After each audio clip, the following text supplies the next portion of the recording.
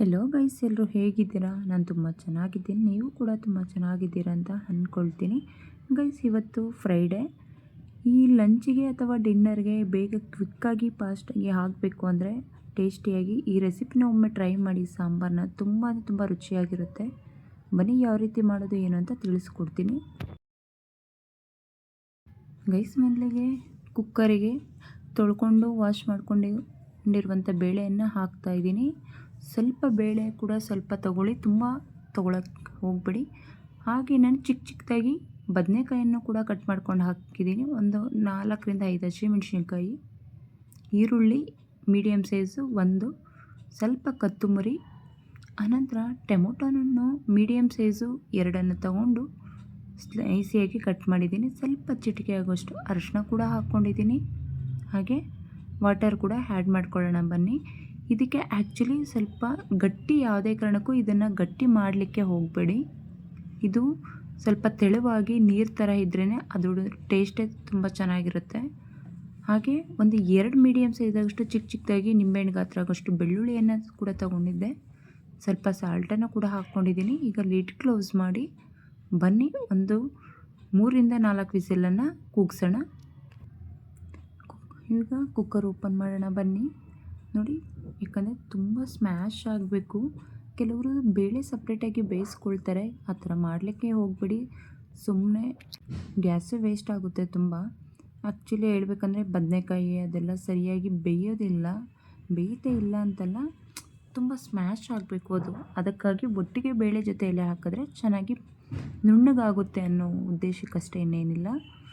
ಇವಾಗ ನೋಡಿ, ಬೇರೆ ಅದನ್ನು ಸರ್ವ್ ಮಾಡಿಕೊಂಡು ಬಗ್ಗಿಸ್ಕೊಂಡು ಆನಂತರ ಅದೇ ಕುಕ್ಕರಿಗೆ ನಾನು ಸ್ಮ್ಯಾಶ್ ಮಾಡ್ಕೊಳ್ತಾ ಇದ್ದೀನಿ.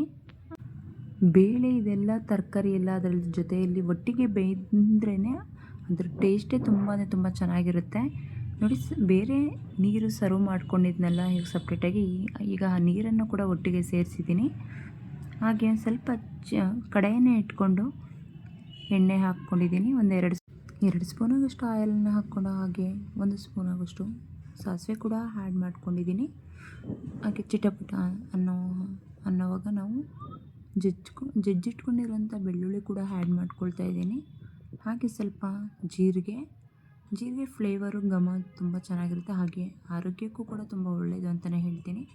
ಸ್ವಲ್ಪ ಕಡಲೆಬೇಳೆಯನ್ನು ಹಾಕ್ಕೊಂಡಿದ್ದೆ, ಯಾಕಂದರೆ ಅನ್ನದ ಜೊತೆ ತಿಂತಾಯಿದ್ರೆ ಅದು ಬಾಯಿಗೆ ಸಿಗ್ತದೆ, ತುಂಬ ಚೆನ್ನಾಗಿರುತ್ತೆ ಅಂತಲೇ ಹೇಳ್ತೀನಿ. ಈಗ ಅದನ್ನು ಚೆನ್ನಾಗಿ ಎಣ್ಣೆಯಲ್ಲಿ ಫ್ರೈ ಮಾಡ್ಕೊಳ್ಳೋಣ. ಆನಿಯನ್ ಕೂಡ ಹಾಕ್ಕೊಂಡಿದ್ದೀನಿ. 1 ಮೀಡಿಯಮ್ ಸೈಜ್ ಆನಿಯನ್ನು ಸ್ಲೈಸಿಯಾಗಿ ಕಟ್ ಮಾಡಿಕೊಂಡು ಒಗ್ಗರಣೆಗೆ. ನಂತರ ಕರಿಬೇವನ್ನು ಕೂಡ ಹಾಕ್ಕೊಳ್ಳೋಣ. ಈಗ ಕರಿಬೇವು ಹಾಕ್ಕೊಂಡು ಎಣ್ಣೆಯಲ್ಲಿ ಸ್ವಲ್ಪ ಒಗ್ಗರಣೆ ಮಾಡ್ಕೊಳ್ಳೋಣ. ಅದು ಕೂಡ ಲಾಸ್ಟಿಗೆ ಹಾಕಿದ್ದೀನಿ, ನಾನು ಫಸ್ಟಿಗೆ ಹಾಕಿಲ್ಲ, ಲಾಸ್ಟಿಗೆ ಹಾಕ್ತಾಯಿದ್ದೀನಿ. ಯಾಕಂದರೆ ಗ್ರೀನಾಗಿ ಒಂದು ಸ್ವಲ್ಪ ಹಾಗೆ ಇರುತ್ತೆ ಅಂತಲೇ. ಹಾಗೆ ಒಣಮೆಣ್ಸಿನ್ಕಾಯಿ ಹಾಕಿದ್ದೀನಿ, 3ರಿಂದ 4.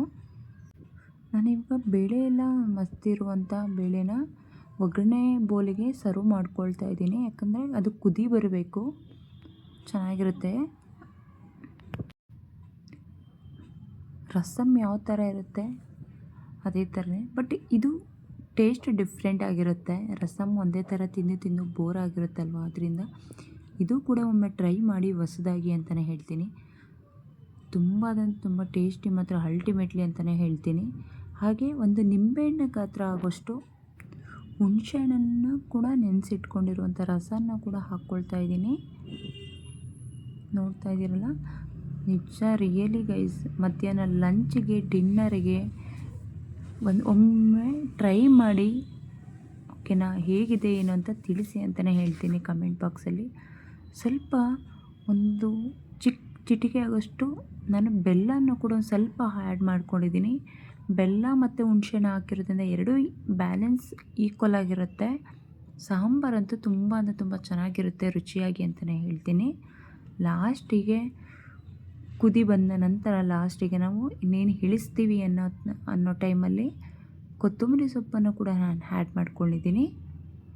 ಗೈಸ್ ನೋಡಿ, ಅನ್ನ ಜೊತೆ ಹಾಕ್ಕೊಂಡು ತಿಂತಾಯಿದ್ರೆ, ಈ ಸಾಂಬಾರು ಜೊತೆ ಹಾಗೆ ತುಪ್ಪ ಹಾಕ್ಕೊಂಡು ಇದ್ರ ಜೊತೆ ತಿಂತಾಯಿದ್ರೆ ನಿಜ ತುಂಬ ಚೆನ್ನಾಗಿರುತ್ತೆ. ಬಿಸಿ ಅನ್ನ ಸಾಂಬಾರು ಜೊತೆ ಬನ್ನಿ ಇವಾಗ ಬಿಸಿ ಬಿಸಿ ಅನ್ನ ಹಾಕ್ಕೊಂಡಿದ್ದೀನಿ. ಹಾಗೆ ಸ್ವಲ್ಪ ಸಾಂಬಾರನ್ನು ಕೂಡ ಹಾಕ್ಕೊಂಡು ನೋಡಿ, ಇದು ನೀರು ಥರ ತೆಳುವಾಗಿರುತ್ತೆ ಸಾಂಬಾರು. ನಿಜ ಹೊಟ್ಟೆನೇ ತುಂಬಲ್ಲ ಗೈಸ್, ಅಷ್ಟು ಆ ಥರ ಇಷ್ಟಪಟ್ಟು ತಿಂತಾರೆ ಹೊಸ ರೀತಿಯ ಸಾಂಬಾರು. ನೀವು ಕೂಡ ಒಮ್ಮೆ ಟ್ರೈ ಮಾಡಿ. ಲಾಸ್ಟಿಗೆ ಬಿಸಿ ಸಾಂಬಾರು ಜೊತೆಗೆ ಸ್ವಲ್ಪ ತುಪ್ಪ, ಬಿಸಿ ಬಿಸಿ ಅನ್ನಕ್ಕೆ ತುಪ್ಪ ಹಾಕ್ಕೊಂಡು ತಿಂದರೆ ಎಷ್ಟು ಚೆನ್ನಾಗಿದೆ ಗೊತ್ತಾ.